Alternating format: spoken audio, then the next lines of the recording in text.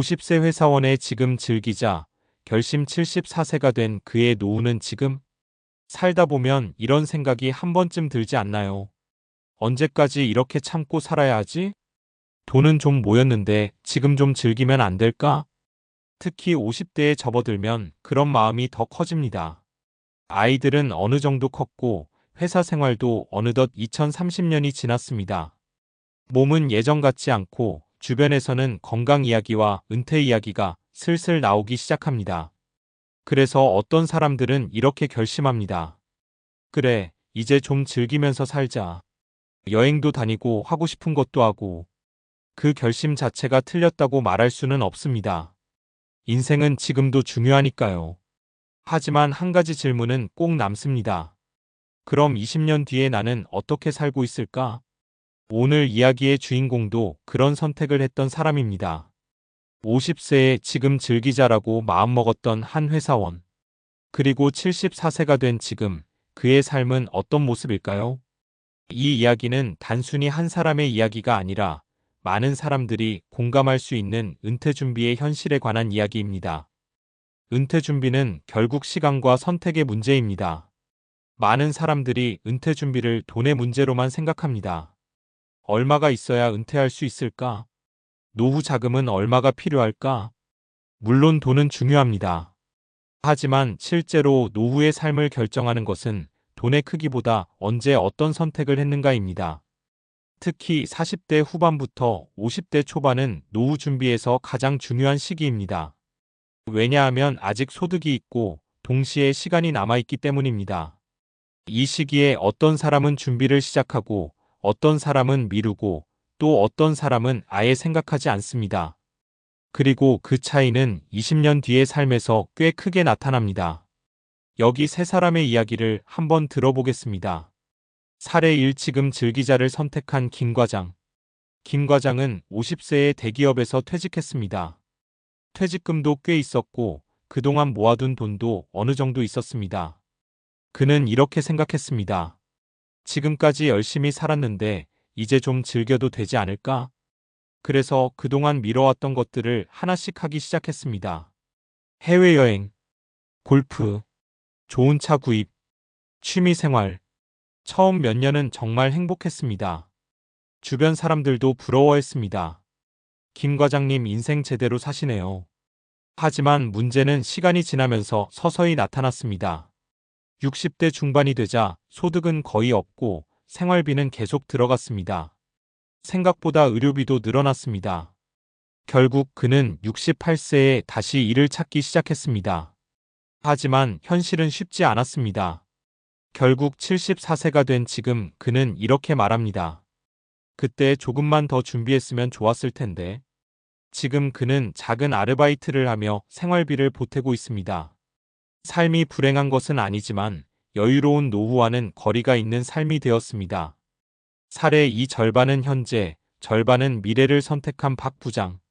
박 부장은 조금 다른 선택을 했습니다. 그도 50세 즈음 이런 고민을 했습니다. 지금 즐길까 아니면 노후 준비를 더 할까? 그래서 그는 중간 지점을 선택했습니다. 소비를 완전히 줄이지는 않았지만 관리했습니다. 여행은 가되 과한 소비는 하지 않았습니다. 퇴직 이후를 위해 연금과 투자도 준비했습니다. 또 하나 중요한 선택이 있었습니다. 그는 55세부터 제2의 일을 준비했습니다. 퇴직 후에는 작은 컨설팅 일을 시작했습니다. 큰 돈은 아니지만 꾸준한 수입이 생겼습니다. 지금 그는 73세입니다. 매달 연금이 들어오고 작은 일도 계속하고 있습니다. 여행도 가고 손주와 시간도 보내며 비교적 안정적인 노후를 보내고 있습니다. 그는 이렇게 말합니다. 젊을 때 조금만 균형을 잡으면 노후가 훨씬 편해진다. 사례 3. 늦게 깨달았지만 방향을 바꾼 이 차장. 이 차장은 사실 준비가 거의 없었습니다. 50대 초반까지는 그냥 살았습니다. 노후는 어떻게든 되겠지. 그런데 어느 날 친구들과 모임에서 충격을 받았습니다. 어떤 친구는 이미 연금 준비가 되어 있었고 어떤 친구는 은퇴 후 일을 준비하고 있었습니다.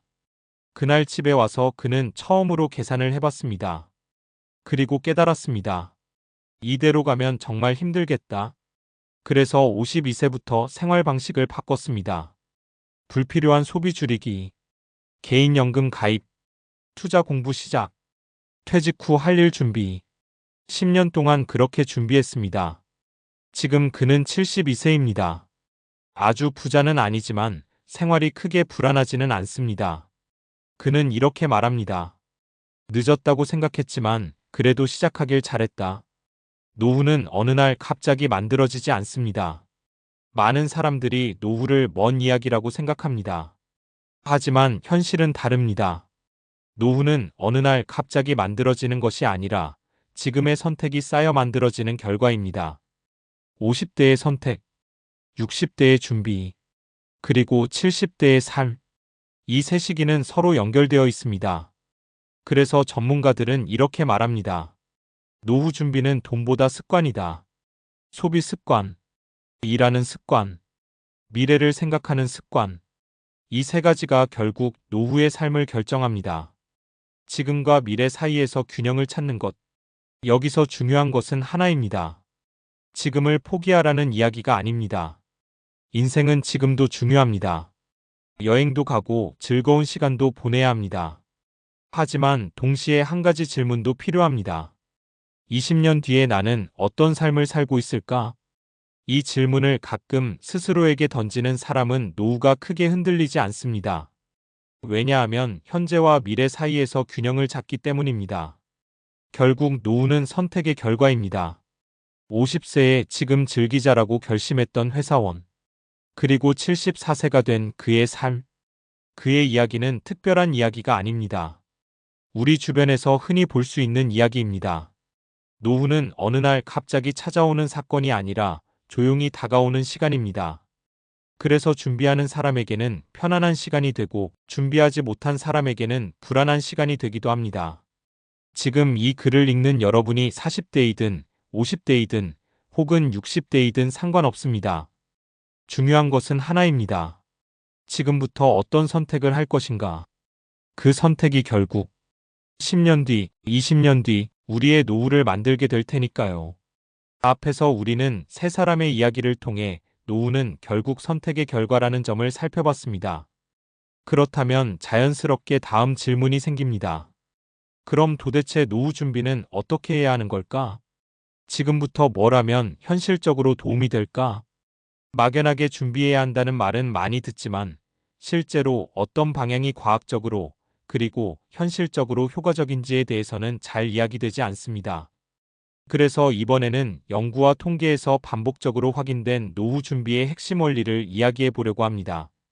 인간은 원래 미래를 과소평가하도록 설계되어 있습니다. 먼저 한 가지 흥미로운 연구가 있습니다. 행동경제학에서는 이것을 현재 편향 커런트 바이어스이라고 부릅니다. 사람은 본능적으로 지금의 만족을 미래보다 더 크게 느끼도록 뇌가 작동한다는 것입니다. 예를 들어 이런 선택을 보겠습니다. 지금 10만 원 받기, 한 달 뒤 12만 원 받기.